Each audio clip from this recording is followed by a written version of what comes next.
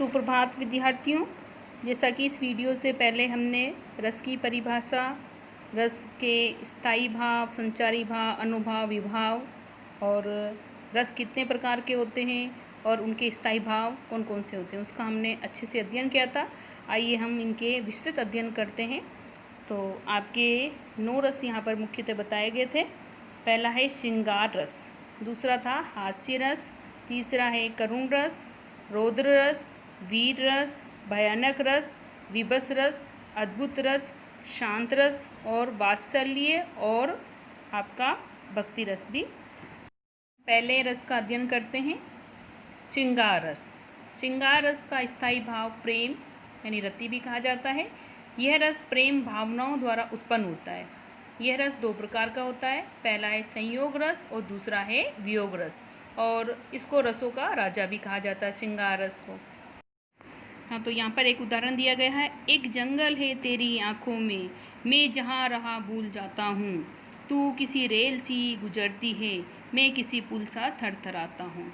तो यहाँ पर नायक नायिका का एक प्रसंग है कि नायक जो है जब नायिका की आँखों है ना में देखता है तो उसको ऐसा प्रतीत होता है कि वो जंगल में रहा ही भूल गया है ना। और वह जिधर से जो नायिका गुजरती है तो ऐसा लग रहा है जैसे एक ट्रेन जो है वो पुल के ऊपर से गुजरती है और पुल जो है थोड़ा थरथराने लगता है। ठीक उसी तरह से भी उसका गुजरना नायक के लिए थरथराने वाला है। तो इसका संयोग श्रृंगार का एक उदाहरण देखते हैं। संयोग का मतलब होता है किसी नायक और नायिका का मिलना। तो देखिए एक उदाहरण बिहारी जी का बहुत ही अच्छा है। बतरस लालच लाल की मुरली धरी लुकाए, सोहे करे भोनी हंसे देन कहे नटी जाए, है ना। तो यहाँ पर 2 चले, एक नायक नायिका का भी चल रहा है। तो यहाँ पर जब मुरली अत्यधिक श्री कृष्ण को प्रिय होती है और गोपियाँ जो है वो उनसे बातचीत करने से वंचित रह जाती है क्योंकि वो हरदम जो है बांसुरी बजाया करते थे, तब गोपियाँ जो है वो क्या करती है, उनकी बांसुरी को छिपा लेती है तो ताकि श्री कृष्ण को फुर्सत मिले और उनसे बातचीत कर सके। ठीक है। और जब श्री कृष्ण को पता होता है कि इन्होंने ही छुपाई है ये बांसुरी, तो वो जब वो बांसुरी जो है वो मांगते हैं तो गोपियाँ जो है वो मना कर देती है ना। नटी जाए का मतलब वो मना कर देती है, हमारे पास तो बांसुरी है नहीं। तब श्री कृष्ण भों भों में अपने आप ही हंसते हैं। इसका दूसरा भाग भी देखते हैं, वियोग श्रृंगार। यहाँ पर नायक नायिका का बिछुड़ना या उनसे दूर रहने की जो पीड़ा होती है वो यहाँ पर व्यक्त होती है। तो देखिए उदाहरण, निस्दिन बरसत नयन हमारे, सदा रहती पावस ऋतु हम पे, तब से श्याम सिधारे। सूरदास जी द्वारा ये एक पंक्तियाँ हैं। देखिए हम इसका भावार्थ जानते हैं। इन पंक्तियों में सूरदास जी कहते हैं कि कृष्ण को संबोधित करते हुए गोपियाँ कहती है कि हे श्याम, जब से तुम व्रत छोड़कर मथुरा गए हो तभी से हमारे नयन नित्य ही वर्षा के जल की भांति बरस रहे हैं, अर्थात हमारे आंखों से आंसू थम नहीं रहे हैं, अर्थात तुम्हारे वियोग में हम दिन रात रोती रहती है। तो ये श्री कृष्ण का दूर चले जाना गोपियों के लिए दुख का भाव था। ये वियोग श्रृंगार है। इसका अगला उदाहरण भी देखते हैं। बूझत श्याम कौन तू गोरी, कहाँ रहती काकी है बेटी, देखी नहीं कबो ब्रज खोरी, है ना। तो यहाँ पर श्री कृष्ण जब राधा के लिए कहते हैं यहाँ पर कि श्री कृष्ण पूछते हैं हे गोरी, है ना, मतलब लड़की को संबोधित करते हैं कि तू कौन है, तू किसकी बेटी है ना, तेरे को कभी ब्रज में देखा ही नहीं। ठीक है। तो यहाँ पर भी श्रृंगार। एक और उदाहरण देखते हैं। एक पल मेरी प्रिया के दृग पलक थे उठे ऊपर, सहज नीचे गिरे, चपलता ने इस विकंपित पुलक से दृढ़ किया मानो प्रणय संबंध था। यहाँ पर नायक नायिका का वर्णन करते हुए कहते हैं कि नायिका एक क्षण के लिए अपने पलकों को है ना नायक की तरफ देखती है और सहज ही वापस अपने पलकों को नीचे झुका लेती है, और वो एक क्षण का जो आंखों का मिलना था वही ऐसा लगता है उनका प्रगाढ़ संबंध बन गया हो। आइए हम दूसरे रस की तरफ बढ़ते हैं। दूसरा है वीर रस। इसका उदाहरण देखिए। वीर का मतलब साहस, पराक्रम, शौर्य का परिचय जहाँ देना। खूब लड़ी मर्दानी वह तो झांसी वाली रानी थी। यहाँ पर भी महारानी लक्ष्मीबाई का साहस और वीरता का परिचय दिया गया है कि वह भी मर्दों की तरह साहस पराक्रम के साथ दुश्मनों के साथ लोहा लिया था, अर्थात वीरता दिखाई थी। दूसरा उदाहरण है वह खून कहो किस मतलब का जिसमें उबाल का नाम नहीं, वह खून कहो किस मतलब का जो आ सके देश के काम नहीं। देखिए कितनी अच्छी पंक्तियाँ यहाँ दी गई है कि वह खून, वह है ना, तो जिसमें जोश ही न हो, उबाल ही न हो, क्रोध ही न आए जिसको, है ना, वह खून किस मतलब का जो हमारे देश के काम ही न आ सके। तो देखिए यहाँ पर भी शौर्य वीरता का जहाँ पर परिचय दिया जाता है वह होता है वीर रस। इसका अगला उदाहरण देखते हैं। वह तड़प उठा बांधो न मुझे हत्यारों, 15 तो क्या 1500 कोड़े मारो, मैं जहाँ खड़ा हूँ तिल भर नहीं हिलूँगा, मैं हर कोड़े पर हंसता हुआ मिलूँगा। ठीक है ना। तो देखिए एक वीर सेनानी या वीर सिपाही जब दुश्मन के हाथों पकड़ा जाता है तो वो क्या कह रहा है ना, दुश्मन को कि 15 तो क्या 1500 कोड़े भी मेरे को मार डालो, पर फिर भी मैं अपनी जगह से तनिक भी नहीं हिलूँगा। ठीक है ना। और हर कोड़े पर हंसता हुई तुम्हें मिलूंगा, यानी तुम्हारे अत्याचारों को सहन करता रहूँगा और तनिक भी भ्रमित और भयभीत और जो है तुमसे नहीं डरूंगा। एक अंतिम उदाहरण भी देखते हैं वीर रस का। तनकर भाला यूं बोल उठा, राणा मुझको विश्राम न दे, मुझको वेरी से हृदय शोक, तू तनिक मुझे आराम न दे। तो यहाँ पर भी महाराणा प्रताप के भाले और उसके शौर्य वीरता का परिचय दिया गया है। तो जहाँ पर हमें साहस पराक्रम का अनुभव होता है, वो भाव जागृत होते हैं, उसे वीर रस कहा जाता है। जो हम तीसरे रस की तरफ बढ़ते हैं, करुण रस। करुण का मतलब जिसमें है ना शोक, दुख, पीड़ा का भाव व्यक्त होता है। तो देखिए पहला उदाहरण, जिस बच्ची ने कुछ नहीं पाया था, क्रूर हाथों ने अभी उसे जलाया था। दूसरा है उदाहरण, ए मेरे वतन के लोगों जरा आँख में भर लो पानी, जो शहीद हुए हैं उनकी जरा याद करो कुर्बानी।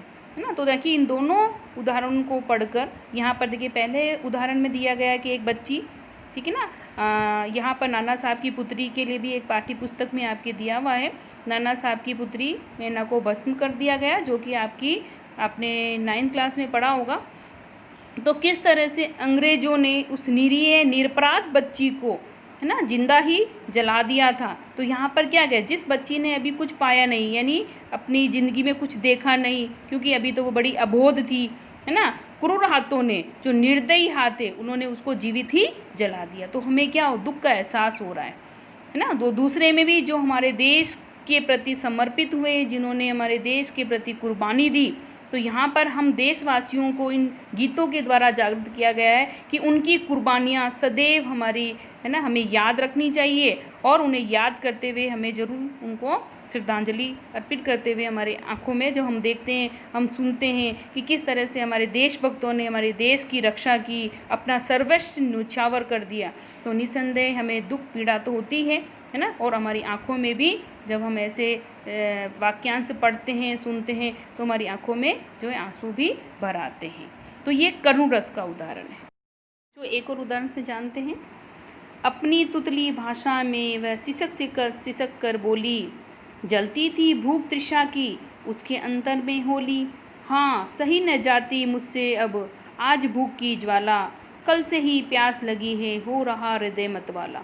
तो यानी महाराणा प्रताप की जो बेटी है, किस तरह से भूख प्यास से व्याकुल हो रही है और उसी की भूख की पीड़ा को यहाँ पर व्यक्त किया गया है। तो यहाँ पर इसमें महाराणा प्रताप की नन्ही बेटी आलम्बन है, कवि हृदय आश्रय है, भूख प्यास और क्रंदन जो है वो उद्दीपन है, और विषाद जो कि उसमें दुख के कारण जो है निराशा आ गई है वो संचारी भाव है। तो आइए अब हम पढ़ते हैं हास्य रस। हास्य रस की परिभाषा भी हम जान लेते हैं। जहाँ विलक्षण स्थितियों द्वारा हंसी का पोषण हो वहाँ हास्य रस होता है। जिसको देखकर, जिस काव्य को पढ़कर सुनकर हमें हंसी आए उसे हास्य रस कहते हैं। देखिए इसका उदाहरण, हाथी जैसी देह है गेंडे जैसी खाल, तरबूजे सी खोपड़ी और खरबूजे से गाल। तो यहाँ पर देखिए कि एक व्यक्ति की बताया गया है कि वो हाथी जैसी उसका शरीर है ना, और गेंडे जैसी, गेंडा की जो खाल होती है वो काफ़ी मोटी होती है, वैसे उसकी खाल है, उसकी खोपड़ी तरबूजी के समान है और उसके गाल खरबूजी के समान। इसको पढ़कर ही हमें जो है हंसी आती है। ठीक है। तो इसमें देखिए स्थायी भाव हास है, आलम्बन विचित्र स्थिति, आकृति उसकी वेशभूषा, ठीक है, और आश्रय है हंसने वाला पात्र, यानी जब इनको पढ़ रहे हैं हम तो हम खुद हंस रहे हैं तो हम क्या हो गए, आश्रय हो गए। उद्दीपन हास्यास्पद उक्तियाँ जो लिखी गई हैं, है ना, ये उद्दीपन हो गया। अनुभाव पेट का हिलना, दांतों का निकलना यानी खिलखिलाकर जब हंसते हैं, चेहरे का खिलना, आँख पींचना, ये सभी अनुभाव में आते हैं। संचारी, इसमें हर्ष, चपलता, उत्सुकता, ये सभी जो है वो इसके भाव हैं। तो मेरे को लगता है कि आपको अच्छे समझ में आ गया होगा हास्य रस भी। अब हम अगली तरफ बढ़ते हैं, रौद्र रस। इस रस के नाम से ही हमें विदित हो रहा है कि यहाँ पर क्रोध प्रकट हो रहा है। जिन पंक्तियों को पढ़कर हमें क्रोध की अनुभूति, गुस्सा आता है, ठीक है, तो हम उदाहरण देखते हैं। खून उसका उबल रहा था, मनुष्य से दैत्य में बदल रहा था, ठीक है ना। जब मनुष्य में बड़े ही मानवीय गुण होते हैं, परंतु जब ऐसी अवस्था सामने आ जाती है, वो इतना अत्यधिक क्रोधित हो जाता है, तो मनुष्य से दैत्य यानी राक्षस बनने में उसको तनिक भी समय नहीं लगता। ये हमारे अब तक सोए हुए भाव थे, और जैसे ही उसने ऐसी परिस्थितियाँ सामने पाई तो वैसे ही वो राक्षसी रूप में धारण कर लेता है, ठीक है। तो बच्चों, हम इसके और भी उदाहरण जानते हैं। श्री कृष्ण के सुन वचन अर्जुन क्रोध से जलने लगे, सब शोक अपना भूल कर करतल युगल मलने लगे। यहाँ पर जब अर्जुन अपने ही सामने अपने ही परिजनों के ऊपर वार चलाने के लिए संकोच कर रहे थे, है ना, उन्हें बड़ी जो है संकोच हो रहा था कि मैं किस तरह से अपनों के ऊपर वार करूँगा। तब श्री कृष्ण ने उनके, है ना, कर्म के प्रति, ठीक है ना, गीता में भी ये संदेश दिया गया कि उन्होंने, जब श्री कृष्ण ने उनको मतलब इस तरह से एक संदेश दिया, एक तरह से ऐसी सीख दी, शिक्षा दी, तो उन्होंने मतलब क्रोध में आ गए और उनके ऊपर वार भी किया। अगला उदाहरण एक और है, देखिए। ड्रेन बालक काल बस बोलत तो ही न संभारी, धनु ही सम त्रिपुरारी धिनी, धनु विदित सकल संसार। ये आपकी ही पुस्तक में ना राम लक्ष्मण परशुराम संवाद में से लिया गया है, ठीक है। जब परशुराम जी गए, अरे राजा के पुत्र, है ना, तेरे ऊपर काल मंडरा रहा है, इसलिए तू संभल कर ही नहीं बोल रहा।